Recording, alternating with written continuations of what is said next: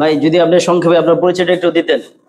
আমার নাম সাদেকুর রহমান। আসলে আমি শখে আপনার এখানে 10টা মুরগি পালনের জন্য এমন একটা সেটিং করছি। আমি বিভিন্ন ইউটিউব চ্যানেল থেকে দেখছি যে খাঁচায় দেশি মুরগি পালন করা যায়, এবং সেখান থেকে আমি উদ্বুদ্ধ হয়ে এই প্রথমে 10টা মুরগি কিনি। 10টা মুরগি কিনে আপনার ছোট এই যে এই সাইজের, এই যে ডিকি, জি এই সাইজের, সম্ভবত 3 মাসও বয়স হয় নাই এমন 10টা। আচ্ছা ভাই, এটার ফাঁকে আমি একটা কথা বলি। জি, আপনার শুরু করার সবচেয়ে বড় ভুল ছিল, প্রথম ভুল ছিল এটা, এত ছোট মুরগি দিয়ে শুরু করা। ঠিক আছে, আমি অবশ্যই এই ব্যাপারে জানতাম না। আমি যেটা জানছি যে এটাকে আমি যদি এখন থেকে বড় করাই, এখানকার পরিবেশে অভ্যস্ত হবে এবং এখানকার পরিবেশে সে নিজেরাই খাপ খাওয়ায় নিতে পারবে। আমার মাইন্ডসেট এটা ছিল। আমি এটা করতে পারি না যে আমি আসলে কোন, আমার এই ব্যাপারে ভালো আইডিয়া ছিল না যে কোন এইজের মুরগিগুলি নিলে আমি ভালো করব। তখন আমি এই সাইজের 10টা মুরগি নিই। 8টা মুরগি, 2টা মোরগ। পরবর্তীতে এই যে কিছুদিন আগে 7টা মুরগি মারা যায়। 7টা মুরগি মারা যায় আপনার আনার প্রায় 10-12 দিন পরে। জি একসাথে মারা যায় না, পর্যায়ক্রমে প্রথমে 2টা মারা যায়, পরবর্তীতে একটা করে, একটা মারা যায়, পরে আবার এই 3টা মারা যায়। মানে 7টা মানে বিভিন্ন স্টেপে 7টা মারা যায়। মারা গিয়ে 3টা আমার অবশিষ্ট থাকে। 3টার মধ্যে যে এটা একটা এখানে আছে আপনার, এই যে এই দুইটা এবং আরেকটা হলো এটা। হ্যাঁ, এবং এরপর আমি আপনার কাছ থেকে পরামর্শ চাই ভাই, এইগুলির কি অবস্থা। পরবর্তীতে আপনার এগুলার ওই যে আমাকে পরামর্শ দিলেন বিভিন্ন সিমটম হোয়াটসঅ্যাপে দেখার পর। ওষুধ তো আপনি আমাকে মূলত যেগুলো দিচ্ছেন এগুলো আমি দিলাম। তো এখন হলো যে আজকে তো আপনি মুরগি কিনছেন না? জি, আজকে আমাকে সাথে নিয়ে গেছেন না হাটে? হ্যাঁ হ্যাঁ। আপনি মুরগিগুলো আনছেন? আপনি এই যে এই মুরগিগুলো, এই যে এটা তো ভাই বেশি ঠুকরাইতেছে। এগুলো ঠুকরা ঠুকরি করার কারণ আছে। প্রথমত হচ্ছে যে এগুলো সারা ছিল, এরা এখন অল্প জায়গায় আবদ্ধ হয়েছে। এরপর আরেকটা কারণ হচ্ছে যে এরা কিন্তু সবাই একজনের সাথে আরেকজন পরিচিত না। পাইকারে বিভিন্ন জায়গাতে এই মুরগিগুলো কালেকশন করছে, কালেকশন করে এটা কিন্তু বিক্রি করছে। ঠিক আছে, তো মুরগির বিষয়টা হলো যে ওরা এক মুরগি আরেক মুরগিকে দেখতে পারে না, অপরিচিত ঠোকরা ঠুকরি করে। অপরিচিত মুরগি, যেমন এই যে এই দুইটার প্রথম থেকে ওদের ভালো আন্ডারস্ট্যান্ডিং আছে। ওরা একসাথে মুরগি ঠোকরায় না, ওরা একসাথে মুরগি মনে হচ্ছে ওরা একই ব্যাচের, এক জায়গা থেকে। কিন্তু এটা আলাদা, এটা আলাদা, এই জন্য ওরে ওই হলুদটা দেখতে পারে না। জি, এখন বিষয় এই কারণে যদি আপনি একসাথে বেচে বড় করতেন তাহলে এই ধরনের সমস্যা হইতো না। যদি আপনার 10 থেকে 20 দিনের মধ্যে ঠোঁটটা সেকা দিতেন। আচ্ছা, আপনার একই বেচের যদি হয় 10 থেকে 20 দিনের সময় যে ঠোঁটটা সেকা দিতে হয়, সেটাও যদি আপনি সঠিকভাবে সেকা না দেন তাহলে কিন্তু ঠোঁটটা ঢিল করবে। আচ্ছা, আপনার এই যে এই খাঁচা ভাই, এই খাঁচার মধ্যে কিন্তু মুরগি পালন করা সম্ভব না। আচ্ছা, ঠিক আছে, কারণ আপনারা যখন ডিমের মুরগিগুলো ডিমে আসবে, প্রপারলি ওদের মিটিং ঠিক মতো হতে হবে, নয়তো আপনি বীজ ডিম কিন্তু পাবেন না ঠিক মতো। তো বীজ ডিম সঠিকভাবে পাওয়ার জন্য ওদের এই জায়গায় এইভাবে হবে না। ঠিক আছে, খাঁচায় মুরগি পালা যায়, কিন্তু এটা কৃত্রিম প্রজনন করতে হয়। কৃত্রিম প্রজনন যে বিষয়টা, সেটা ভাই অনেক টাফ। এগুলো কর্মব্যস্ত মানুষদের জন্য সম্ভব না। জি, আমার খাবার আমি প্রথম কিছুদিন করছিলাম, এখন করি না, কারণ এটা ভাই অনেক সময় লাগে, আরো অনেক ধরনের কাজ করতে হয়, বিভিন্ন ধরনের খাবার দিতে হয় এদেরকে। ঠিক আছে, ওই খাবার দেয়া, ওই ম্যানেজমেন্ট করে মোরগ থেকে সিমেন্ট সংগ্রহ করতে হয়, আবার মুরগি পুশ করতে হয়। তো এই যে কাজগুলো, এটা অনেক টাফ, এগুলো সবার দ্বারা সম্ভব না। আপনিও ব্যস্ত মানুষ, ভাবেও ব্যস্ত মানুষ, সবাই কিন্তু ব্যস্ত, পাশে আন্টিও ব্যস্ত মানুষ। তাহলে সেক্ষেত্রে এটা আমাদের দ্বারা এটা এখন সম্ভব না ভাই। এটার বিকল্প যে পথটা, সেটা আমাদের বেছে নিতে হবে। এইটা একটু, এই জায়গাটা একটু দেখান, বারান্দা। এই যে এটা হলো একটা ঘরের ব্যালকনি। ঠিক আছে, তো এই ব্যালকনিতে চাইলে আপনার যেহেতু ওই দিকটা খোলা আছে, বাতাসও আসে মাশাআল্লাহ ভালোই, তো এখানে চাইলে আপনি অল্প খরচে মুরগির একটা ঘর বানাইতে পারেন। এখানে কোনো আপনার এসএস এর দরকার নাই, কোনো রডের দরকার নাই, শুধু বাঁশ যদি আপনারা সুন্দরভাবে ফিটিং করেন, দেখেন এই নিচ থেকে উপরে আপনি বাঁশ দিয়ে দিবেন সুন্দর করে। বাঁশ দেওয়ার পরে অল্প কিছু কাঠের দরকার হইতে পারে, চাম্বল যে কাঠ আছে সেগুলো যদি সংগ্রহ করেন তাহলে কিন্তু না। ওই যে ভাই ছাদ থেকে এই যে আপনার যে ওয়ালটা দেখাই, যে ওয়াল থেকে নিয়ে আপনি 5 ফিট আরএফএল নেট দিবেন, আর ওই অতটুক পর্যন্ত আপনি ঢাকা দিবেন, আর টিনটাও ঢাকা দিতে পারেন, অথবা আপনি অন্য কোনো কিছু ঢাকা দিবেন। 5 থেকে 6 ফিটটা খোলা রাখলেন, যে 5-6 ফিট খোলা রাখবেন ওইখানে আবার আপনি পর্দার ব্যবস্থা করে দিবেন। আচ্ছা, বুঝতে পারছেন? বেশি খরচ না, একবার সামান্য খরচ।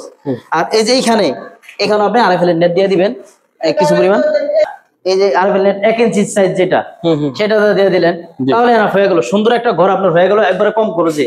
আপাতত মুরগিগুলো এখানে ছেড়ে দিলেন, ঘরটা থাকলো, ওরাও খুব শান্তিতে থাকতে পারলো। এই ফ্লোরে কিন্তু যেন দুর্গন্ধ না হয়, এই জন্য আপনি ওই যে আপনার কাঠের গোড়া না দেওয়াটাই ভালো। দেশি মুরগিকে সবচেয়ে ভালো হয় আপনি যদি ইয়ে দিতে পারেন, ওই যে ধানের তুষ আছে না, আপনাদেরকে মেল থাকার কথা। হ্যাঁ হ্যাঁ হ্যাঁ, আছে ধানের তুষ, মানে একটা আছে কুড়া, লিটার কভার। হ্যাঁ, একটা আছে কুড়াটা দিবেন না, কুড়াটা কিন্তু আপনার একটু চিকন হয়, মিহি হয়। ধানের যে কুড়াটা আছে, কুড়াটা একটু মোটা হয়, তাই কুড়াটা যদি সুন্দর করে বিছাই দেন, তাহলে হচ্ছে ওরা এখানে থাকলো। বৃষ্টি যদি আসে পর্দাটা একটু টেনে দিলেন, ভিজলো না। এইভাবে যদি করেন, তাই আশা করি খুব কম খরচে আপনি সুন্দর একটা ঘর এখানে হয়ে যাচ্ছে। হ্যাঁ, আপনি যদি ছাদে করতে চান ভাই, তাহলে বর্তমান সময় আপনার অনেক খরচ। শুরুতে যদি আপনি এত খরচ করে ফেলেন, তাহলে তো আপনার এত বড় একটা ধাক্কা সামলানো কঠিন। আপনি এখনো জানেন না মুরগি দিয়ে কি হবে না হবে, শুরু থেকে আপনি ইনভেস্ট করে বসে থাকলেন। শুরু থেকে এর আগে কিন্তু আপনি একটা লস খাইছেন, ঠিক আছে না? খাইছি ভাই, লস খাইছেন। তাই এখন লসের দিক যাওয়া যাবে না, এটা করেন আপাতত। আলহামদুলিল্লাহ আপনার মুরগিগুলো বড় হোক, যখন এই মুরগিগুলো ডিম দিবে, ডিম দেওয়ার পর যখন আপনার বাচ্চা ফুটাবেন, তো বাচ্চা তো এটার ভিতরে রাখতে পারবেন না। ওই সাইডে জায়গা আছে, ওই পাশে দেয়াল করা আছে। দেখি একটু দেখান তো, এই যে এখানে, হ্যাঁ, বাচ্চা এখানে রাখার একটা ঘর করতে পারেন, সুন্দর বাতাস আসবে, ঠিক আছে? আর তা যদি না হয়, আপনি একবারে কম খরচে ছাদও একটা সিস্টেম করতে পারবেন। যদি আপনি দেখেন বাচ্চা বেশি হচ্ছে, যদি আপনার এখান থেকে টাকা আসে, তাহলে আপনার একটু শ্রম তো দিতে হবে। জি, একটু শ্রম দিতে তো আপনার কোনো সমস্যা থাকে না। এখন যদি আপনার এখানে লাভ নাই, কিছু নাই, ফাও শ্রম দিয়ে তখন লাভ নাই, ঠিক আছে ভাই? তো এই ছিল হলো আপনার ঘরটা। আর যে মুরগিগুলো কিনা হয়েছে বাজার থেকে, আলহামদুলিল্লাহ মুরগিগুলো খুবই সুন্দর, মুরগির কালার গুলো সুন্দর, সাইজও ঠিক আছে। এই মুরগিগুলো আপনার ডিম পাড়ার আগ মুহূর্তে, হয়তো আর 1 থেকে 1.5 মাসের ভিতরে এই মুরগিগুলো ডিম দিবে। 1 থেকে 1.5 মাস, হ্যাঁ, 1 থেকে 1.5 মাসের ভিতরে আমাদের মুরগিগুলো প্রস্তুত করা হয়ে যাবে। এখন এগুলারে আমি কি খাবার দিব? এগুলোকে আমরা বাজার থেকে আনলাম, হ্যাঁ, আনার পরে যে সর্বপ্রথম যে কাজটা, এগুলোকে স্প্রে করতে হবে, একবার সর্বপ্রথম কাজ। আচ্ছা, তুমি যে টিমসেন ভাইরোসিড অথবা জিপিসি-8। ভাই এগুলি কি এখন আপনি ভাইরোসিড, জিপিসি-8, টিমসেন এগুলি কি সবগুলো আলাদা আলাদা করে করব নাকি যে কোনো একটা দিলে চলবে? আপনার দুইটা স্প্রে রাখলে ভালো, টিমসেন আর ইমসেন, এই দুইটা হলো আপনার একে অপরের ভাই। এই দুইটার যে কোনো একটা, এটার পাশাপাশি আপনার জিপিসি-8, ফার্ম-13, ভাইরোসিড, ভালো জীবাণুনাশক, এগুলো দিয়ে স্প্রে করা যায়। যে কোনো দুইটা, একটা টিমসেন ইমসেনের মধ্যে যে কোনো একটা, আর যে ভাইরোসিড অথবা আপনার জিপিসি-8, এই যেগুলো বললাম, আরো অনেক ধরনের জীবাণুনাশক স্প্রে বাজারে পাওয়া যায়, বিভিন্ন কোম্পানি বিভিন্ন নামে পাওয়া যায়। তো আপনারা দুইটা জীবাণুনাশক স্প্রে রাখবেন। বাজার থেকে মুরগি কেনার পরে সর্বপ্রথম জীবাণুনাশক স্প্রে দিয়ে স্প্রে করতে হবে। করার পরে আপনারা এখানে ঢুকাইবেন, ঢুকানোর পর সর্বপ্রথম লাইসোবিট দিতে হবে। লাইসোবিট চলবে। লাইসোবিটটা কেন? লাইসোবিটটা কেন দিতে হবে? কারণ লাইসোবিট হলো রোগ প্রতিরোধ ক্ষমতা বাড়ায়, এবং মুরগির অনেক ধকল, যেমন আপনার ভ্যাকসিন করার পর একটা ধকল পরে, তারপর আপনার কৃমি মেডিসিন দিলে একটা ধকল পরে, তখন এই ধকলের বিরুদ্ধে আপনার এই লাইসোবিটটা কাজ করে। এবং এই দেখেন মুরগিগুলোকে আমরা বেঁধে আনছি, পায়ে ব্যথা হয়েছে, এরপরে একটার উপর আরেকটা একসাথে বাঁধা ছিল, একটা মোটামুটি ভালো একটা ধকল গেছে। এই ধকল দূর করার জন্য লাইসোবিট, ঠিক আছে? এবং লাইসোবিট দেওয়া হয়েছে। লাইসোবিট দেওয়ার পরে আমরা এই মুরগিকে মেডিসিনের অ্যান্টিবায়োটিক, মানে হাই লেভেলের অ্যান্টিবায়োটিক একটা ডোজ করে দিচ্ছি। কারণ এই মুরগিগুলা কখনো আপনার কৃমি খায় নাই, এগুলোর কখনো ভ্যাকসিন দেওয়া হয় নাই, কোনো মেডিসিন দেওয়া হয় নাই। আরেকটা বিষয় হচ্ছে যে মুরগি যতই সুস্থ হোক না কেন, আমরা যেহেতু এগুলোকে বাজার থেকে এনেছি, বাজারে অন্য অন্য অসুস্থ মুরগি থাকতে পারে, বিভিন্ন ধরনের রোগ জীবাণু থাকতে পারে, পরবর্তীতে বিভিন্ন ধরনের ভাইরাস আক্রমণ করে বিভিন্ন ধরনের রোগ এটার সৃষ্টি হইলো। এই কারণে আমরা অগ্রিম হিসেবে একটি মাইক্রোপ্লাজমা এবং সালমোনেলায় ডোজ করে দিচ্ছি। যে অ্যান্টিবায়োটিক গুলো দিচ্ছি, এখানে সালমোনেলায়, মাইক্রোপ্লাজমা ডোজ আছে। আচ্ছা আচ্ছা, মাইক্রোপ্লাজমা তো মুরগি ঠান্ডা, আর সালমোনেলায় মুরগির আরেকটি রোগ আছে। এই দুইটার সমন্বয় হলো আপনার মুরগির ট্রিটমেন্টটা দেওয়া হয়েছে। আচ্ছা, এই মানে আমরা যে ওষুধগুলি দিচ্ছি সেই ওষুধগুলো দেওয়া হয়েছে আর কি। তো এখানে আপনার সমস্ত ভাইরাসের বিরুদ্ধে কাজ করবে এরকম মেডিসিনও আছে, যেটা আমরা পরে ভিডিওতে ক্লিয়ার করে দিব আসলে সেই মেডিসিন গুলো কি। আপনি ভালো কিছু করতে চাইলে এই মেডিসিন গুলো অবশ্যই ব্যবহার করতে হবে। এই মেডিসিন গুলো ব্যবহার করার কোনো ধরনের বিকল্প পথ নেই। যদি এরকম করা না হয়, কিছু টাকা পয়সা খরচ করা না হয়, তাহলে দেখছেন যে আগে যেরকম হয়েছে ওইরকমই কিন্তু হবে। এরপরে খাবার হিসেবে কি দিবেন? একটা মুরগিকে আপনার ডিম পাড়ার আগ পর্যন্ত সবচেয়ে উত্তম খাবার হলো লেয়ার গ্রোয়ার। লেয়ার গ্রোয়ার, হ্যাঁ, কিন্তু লেয়ার গ্রোয়ারটা সব জায়গায় পাওয়া যায় না সচরাচর। ব্রয়লার গ্রোয়ারটা সব জায়গায় পাওয়া যায়। এখন ব্রয়লার গ্রোয়ারটা দিলে হয় কি, মুরগির ডিমের প্রোডাকশনটা একটু কমে, কারণ ব্রয়লারটা হলো আপনার চর্বি জাতীয় খাবার, ওইটা মাংসের জন্য খুব দ্রুত যেন ব্রয়লার বড় হয়ে যায়, এই জন্য ব্রয়লার গ্রোয়ারটা দেওয়া হয়। যদি সোনালী গ্রোয়ারটা দেওয়া যায়, ওইটা চর্বি পরিমাণ একটু কম থাকে, সোনালী গ্রোয়ারটা দেওয়া যাইতে পারে লেয়ার গ্রোয়ারের পরিবর্তে। আচ্ছা, ঠিক আছে, সোনালী গ্রোয়ার খাবারটাই চলবে ডিম পাড়ার জন্য হবে। হ্যাঁ হ্যাঁ হবে, কারণ আপনার ডিম পাড়া মুরগিকে সুষম খাবার দিতে হয়। সহজে যদি আমি একটা কথা বলি, গর্ভবতী যে মায়েরা আছে তাদেরকে সবসময় সুষম খাবার দিতে হয়, কারণ তাদের গর্ভের সন্তান যেন ভালো হয়, হৃষ্টপুষ্ট হয়।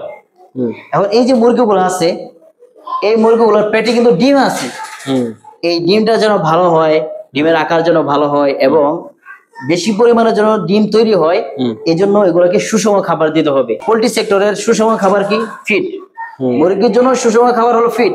এই ফিডটা আমরা চাইলেও নিজেরা তৈরি করতে পারবো না, কারণ কোম্পানিরা দেখেন তারা টনকে টন বাই বিভিন্ন ধরনের কেমিক্যাল তারা সংগ্রহ করে, বিভিন্ন ধরনের মেডিসিন তারা ফিড তৈরি করার জন্য সংগ্রহ করে এবং বিভিন্ন ধরনের ভিটামিন মিনারেলও তারা সংগ্রহ করে এই ফিড তৈরির কাজে ব্যবহার করার জন্য।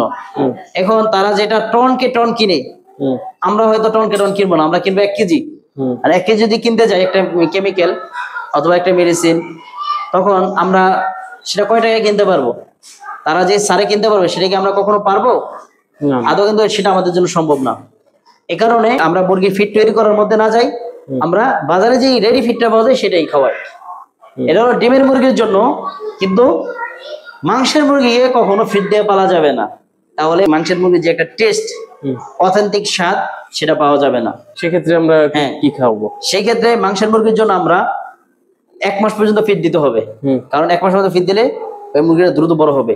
ব্রয়লার স্টার্টারটা ব্যবহার করা হয় তাহলে ভালো। ব্রয়লার স্টার্টার যদি কেউ ব্যবহার করতে না চায়, সোনার স্টার্টারটাও ব্যবহার করতে পারে। 1 মাস পর থেকে আমাদের মিক্স খাবার দিতে হবে। এদেরকে যদি আমরা চাই যে আমরা ফিড দিব না, তাহলে কিন্তু হবে না, কারণ এই মুরগিগুলো যখন বাইরে ছাড়া থাকে তখন কিন্তু তারা পোকামাকড় খায়, ঘাস খায়, লতা পাতা খায়। এখন ওরা তারা আবদ্ধ, এখন তারা পোকামাকড় কিন্তু খেতে পাচ্ছে না। যেই ধরনের একটা ভিটামিন মিনারেল ক্যালসিয়ামের দরকার, সেটা কিন্তু তারা সংগ্রহ করতে পারতেছে না প্রকৃতি থেকে। তারা থাকলে ওরা প্রাকৃতিক ভাবে সেটা গ্রহণ করে, যেটা তাদের প্রয়োজন, কিন্তু এখন আবদ্ধ, এখন সেটা তারা পারতেছে না। যেহেতু পারতেছে না, সেক্ষেত্রে আমাদের পুরোপুরি ফিডও তো দেওয়া যাবে না, ফিডের মধ্যে সবকিছু থাকে তারপরেও দেওয়া যাবে না। সেক্ষেত্রে আমার যে রেশিও, সেই রেশিও অনুযায়ী 5 কেজি সোনালী গ্রোয়ার খাবার, এটার সাথে 5 কেজি গম, 5 কেজি খুদ, 5 কেজি ভুট্টা ভাঙ্গা, 5 কেজি ভুট্টা ভাঙ্গা, এই যে 4টা সর্বমোট হচ্ছে 20 কেজি, 5 কেজি করে 20 কেজির একটা মিক্সচার। এই রেশিও করে আমি হলো মুরগির খাবারটা খাওয়াই। অথবা আপনারা মিক্স খাবার যখন দিবেন, সেক্ষেত্রে সোনালী গ্রোয়ারটা যদি ব্যবহার করতে না চান, ব্রয়লার গ্রোয়ারটা ব্যবহার করতে পারেন, কারণ সেটা পুষ্টি উপাদান বেশি থাকে। যেহেতু আপনি মিক্স একটা খাবার দিচ্ছেন, সেক্ষেত্রে তখন একটা সমস্যা নেই। মানে ওই ব্রয়লারের একটা যে স্মেল আসে, ওই স্মেল মাংসের মধ্যে আসবে না, কারণ মিক্স খাবার দিচ্ছেন। তো সেই ক্ষেত্রে দেখা যাচ্ছে যে, আর সোনালী গ্রোয়ারটাও ব্যবহার করতে পারেন, সেটা ব্যবহার করলেও ভালো। আচ্ছা আচ্ছা, ঠিক আছে। তাহলে সোনালী গ্রোয়ার 5 কেজি, খুদ 5 কেজি, ভুট্টা ভাঙ্গা 5 কেজি, গম 5 কেজি, এই হলো 20 কেজি খাবারের রেশিও। এভাবে মিক্স করে যদি আপনারা দেন, তাহলে দেখা যাচ্ছে যে আপনার এই মুরগিটা যে একটা স্বাদ, সেটাও ঠিক থাকবে এবং আবদ্ধ অবস্থায় মুরগিটা পাললে তেমন একটা সমস্যা হবে না।